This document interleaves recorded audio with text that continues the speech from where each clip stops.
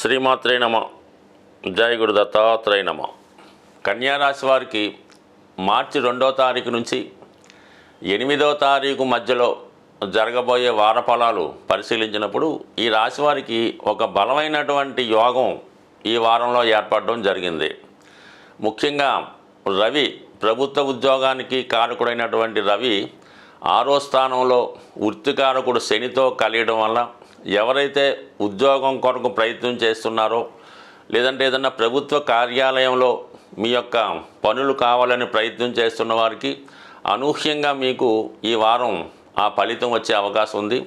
అలాగే మీకు వారసత్వంగా రావాల్సినటువంటి ప్రభుత్వ పదవి కానీ, నామినేటెడ్ పోస్ట్ కానీ రావాల్సి ఉంటే ఈ సమయంలో మీకు అది వచ్చే అవకాశం ఉన్నది.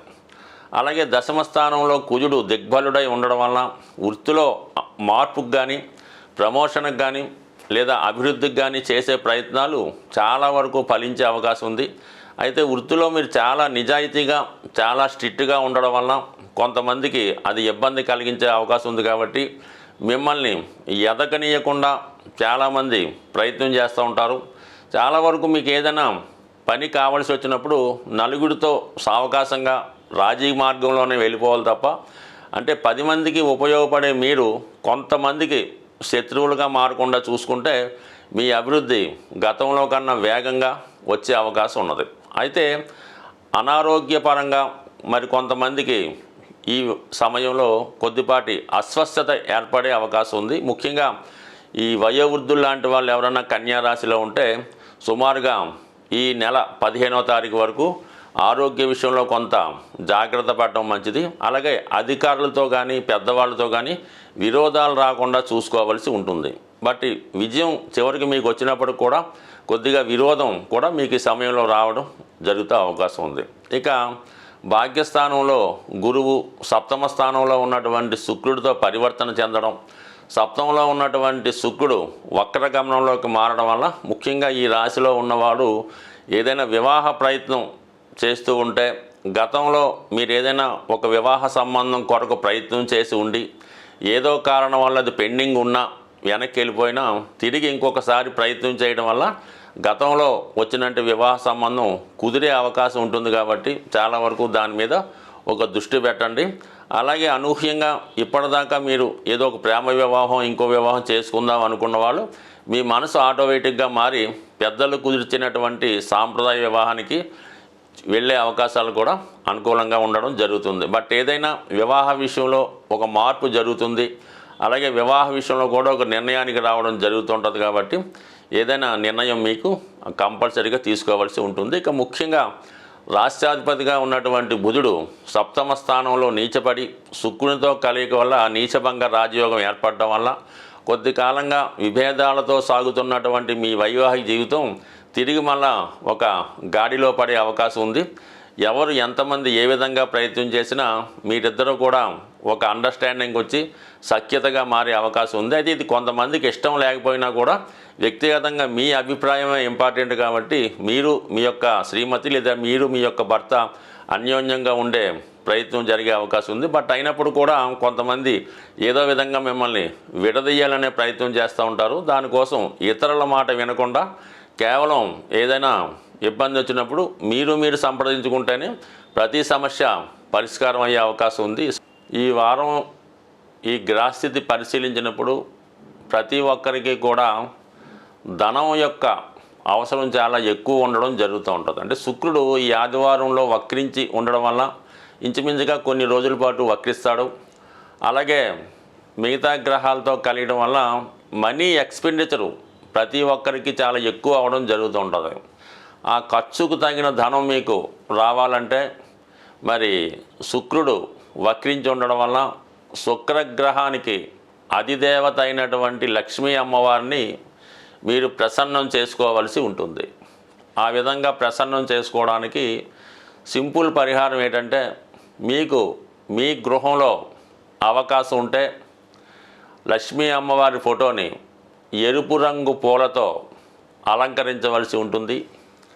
అలాగే అమ్మవారికి దానిమ్మ పండు, అంటే ఎప్పుడు కూడా ఒకే ఒక పండు నైవేద్యంగా కాకుండా కనీసం ఒక 4 లేదంటే ఒక 6 దానిమ్మ పళ్ళు నైవేద్యంగా పెట్టి అమ్మవారికి విధి విధానంగా కనకదార స్తోత్రమో లక్ష్మీ స్తోత్రమో పారాయణ చేస్తూ ఆ ప్రసాదాన్ని 6 ముత్తైదువులకి పంచడం వల్ల లక్ష్మీ అనుగ్రహం కలిగే అవకాశం ఉన్నది.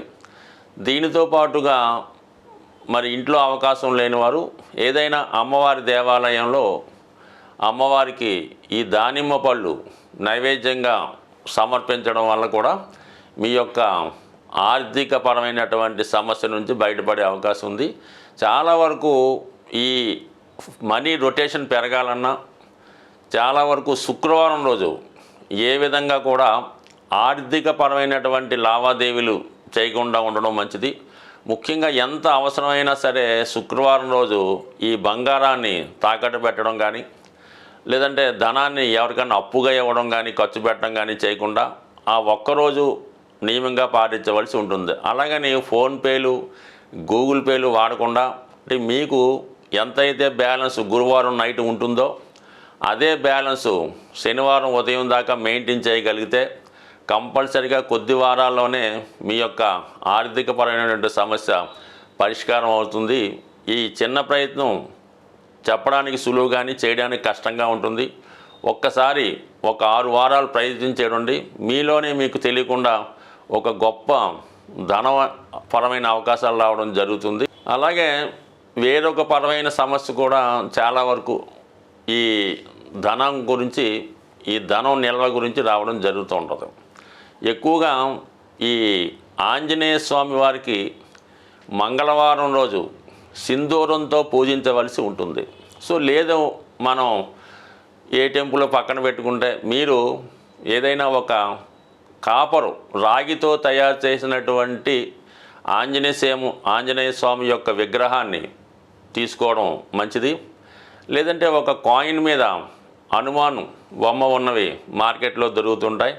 అదైనా మీరు ఒక రాగి పళ్ళెంలో ఆ ఆంజనేయ స్వామి రాగి విగ్రహాన్ని ఉంచి సింధూరంతో ఆంజనేయ స్వామిని మీరు పూజించవచ్చు. ఆ 108 నామాలతో చక్కగా మీరే పూజించి మొత్తం సింధూరం అంతా కూడా స్వామి మీద మూయబడి ఉండాలన్నమాట. అంటే పూర్తిగా సింధూరంలో స్వామివారి యొక్క విగ్రహం మునిగిపోవలసి ఉంటుంది. అప్పుడు మీరు దాన్ని ఎవరు టచ్ చేయని ప్రదేశంలో పెట్టి ఏదైనా బయటికి వెళ్ళినప్పుడు మాత్రం ఆ సింధూరాన్ని మీరు తిలకంగా ధరించి వెళ్ళవలసి ఉంటుంది. దానివల్ల కూడా మీకు నిత్యం మీ గృహంలో ధైర్యంతో కూడినటువంటి సంపద వచ్చే అవకాశం ఉంటుంది. అలాగే ఇదే రెమెడీ మీరు మన విఘ్నేశ్వరుడు కూడా బ్రహ్మాండంగా చేయొచ్చు. విఘ్నేశ్వరుడిని కూడా సింధూరంతో అష్టోత్తరంతో పూజ చేయడం వల్ల కూడా మీకు కేవలం ఈ రెమెడీ పనిచేసే అవకాశం ఉంది. దీంట్లో ఎక్కువగా ఉపయోగించవలసింది స్వచ్ఛమైనటువంటి సింధూరం, కల్తీ లేని సింధూరం. అలాగే కాపర్ ప్లేట్లో కాపర్తో చేసినటువంటి ఆంజనేయ స్వామి విగ్రహం కానీ లేదంటే విఘ్నేశ్వరుడు యొక్క విగ్రహం కానీ ఉండవలసి ఉంటుంది.